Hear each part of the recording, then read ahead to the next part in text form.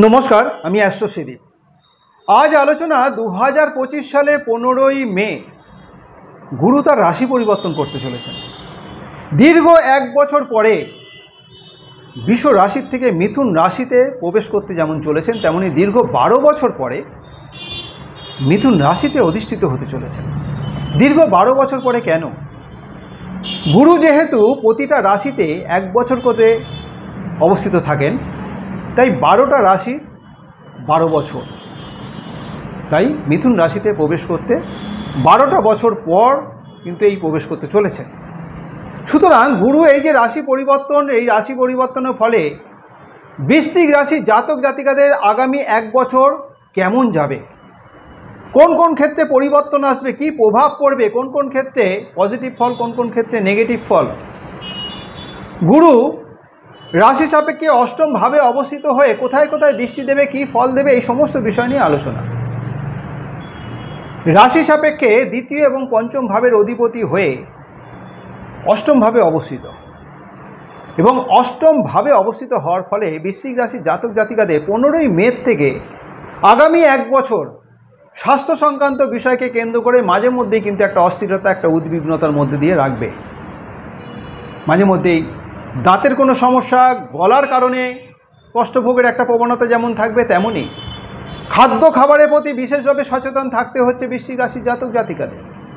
এই খাদ্য খাবারের কারণে মাঝে মধ্যে পেটের গণ্ডগোল, হজমের সমস্যা, অ্যাসিডিটি কিংবা লিভারের সমস্যার কারণে কষ্টভোগের কিন্তু একটা প্রবণতা থাকবে।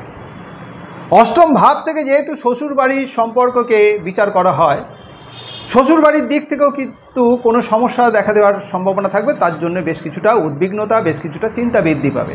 হতে পারে শ্বশুরবাড়ি কারোর বড় ধরনের কোনো রকম শারীরিক অসুস্থতার কারণে একটা চিন্তা বৃদ্ধি পাবে, একটা উদ্বিগ্নতার মধ্য দিয়ে চলতে হবে, অথবা শ্বশুরবাড়ির দিক থেকে কোনো রকম মনের আঘাত, মানসিক আঘাত পাওয়ার একটা সম্ভাবনা থাকছে তাদের আচার আচরণ ব্যবহারের জন্য। সুতরাং শ্বশুরবাড়ির দিক থেকেও কিন্তু কিছুটা সমস্যা দেখা দেওয়ার একটা প্রবণতা থাকবে। দ্বিতীয় ভাবের অধিপতি এবং পঞ্চম ভাবের অধিপতি, অর্থাৎ দ্বিতীয় ভাবের অধিপতি অষ্টম ভাবে অবস্থিত হয়ে, দ্বিতীয় এবং পঞ্চম ভাবের অধিপতি অষ্টম ভাবে অবস্থিত হয়ে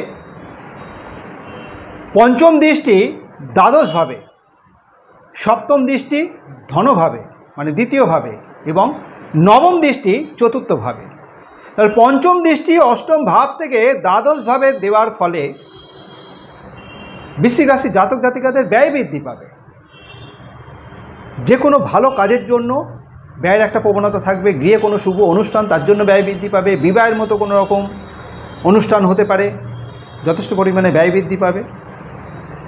তাছাড়াও বৃশ্চিক রাশির জাতক জাতিকাদের কোনো বাজে নেশার কারণে অর্থক্ষতি হতে পারে। লটারিতে অর্থক্ষতি, জুয়াতে অর্থক্ষতি। সুতরাং অর্থক্ষতি, শুভ কাজের জন্য ব্যয় বৃদ্ধি পেলেও সেটা আলাদা কথা, কিন্তু অযথা নেশাগ্রস্ত হয়ে লটারি কিংবা জুয়ার মাধ্যম দিয়ে অর্থক্ষতি, সেটা কিন্তু বিশেষ সচেতন থাকতে হচ্ছে বৃশ্চিক রাশির জাতক জাতিকাদের। যে সমস্ত জাতক জাতিকারা বিদ্যা শিক্ষার সাথে যুক্ত রয়েছেন কিংবা যারা চাকরিজীবী, উভয়ের জন্য কিন্তু এই সময় একটা বিদেশ ভ্রমণের সম্ভাবনা থাকছে। তবে সবার ক্ষেত্রেই যে এই বিদেশ ভ্রমণ হবে তা কিন্তু নয়। বৃশ্চিক রাশির জাতক জাতিকা যাদের জন্মকুণ্ডলিতে, ব্যক্তিগত জন্মকুণ্ডলিতে এই বিদেশ ভ্রমণের যোগ রয়েছে, তাদের কিন্তু জোরালোভাবে প্রভাবিত হবে এই সময়টা, অর্থাৎ বিদেশ ভ্রমণের একটা সম্ভাবনা, বিদেশ গমনের একটা সম্ভাবনা থাকছে। যারা উচ্চবিদ্যা সংক্রান্ত বিষয়কে কেন্দ্র করে দীর্ঘদিন বিদেশে পড়তে যাওয়ার কোনো রকম পরিকল্পনা করছিলেন, তাদের কিন্তু এই সময় বিদেশে যাওয়ার সম্ভাবনা থাকছে পড়াশোনাকে কেন্দ্র করে। কর্মসূত্রে এই সময় যারা চাকরিজীবী, কর্মসূত্রে বেশ কিছু মানুষের কর্মসূত্রে বিদেশ ভ্রমণে একটা সম্ভাবনা কিংবা কর্মসূত্রে বিদেশ গমনের একটা সম্ভাবনা থাকছে। সুতরাং শিক্ষার্থী এবং চাকরিজীবী উভয়ের যাদের জন্মকুণ্ডলিতে, ব্যক্তিগত জন্মকুণ্ডলিতে বিদেশ ভ্রমণের যোগ রয়েছে, তাদের কিন্তু এই সময় বিদেশ গমনের একটা সম্ভাবনা তৈরি করছে, এবং তার জন্য কিন্তু বেশ কিছু অর্থ ব্যয় হবে।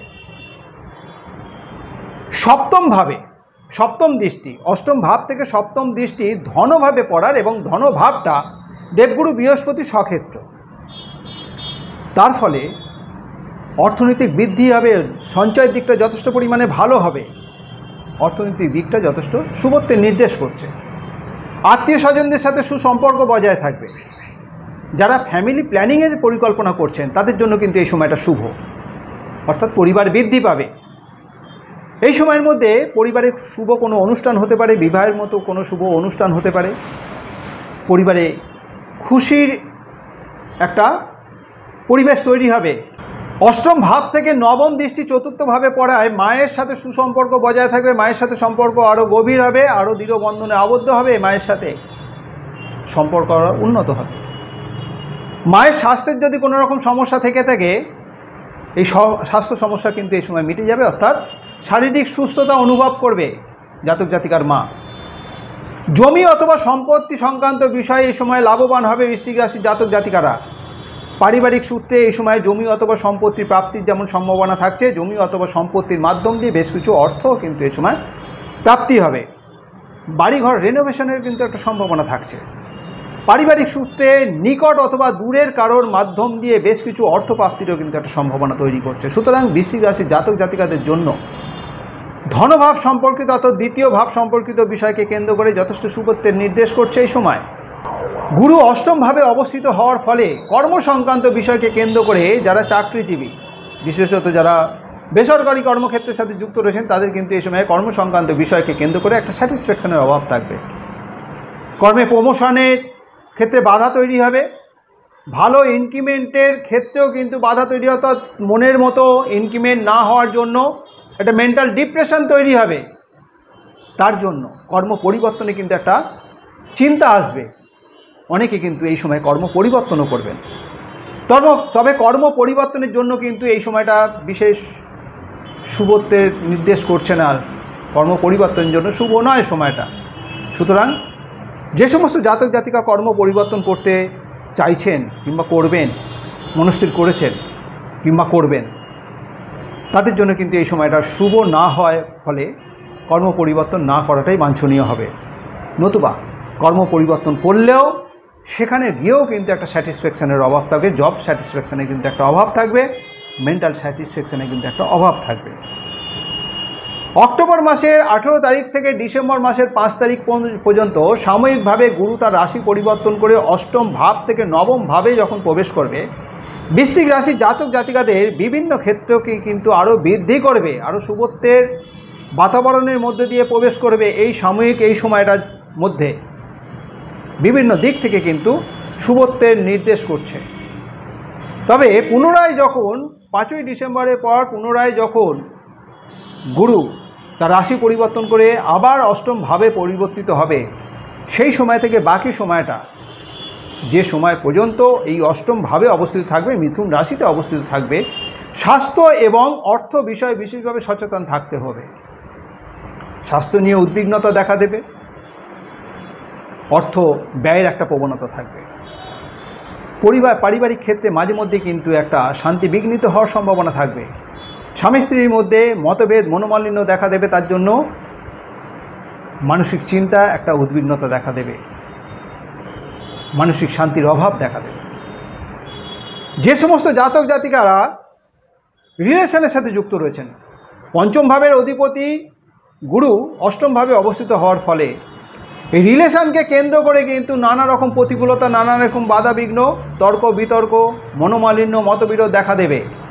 সুতরাং রিলেশনকে কেন্দ্র করে রিলেশন ভালো রাখার জন্য নিজেকে কিন্তু অনেকটা কন্ট্রোলের মধ্যে রাখতে হবে। বিশেষত এই বৃশ্চিক রাশির জাতক জাতিকাদের জন্যই রিলেশনের ক্ষেত্রে কিন্তু এইরকম একটা খারাপ প্রভাব বয়ে আসার সম্ভাবনা থাকবে। সুতরাং রিলেশনকে ভালো রাখতে গেলে নিজেকে কিন্তু অনেক পরিবর্তন করতে হবে।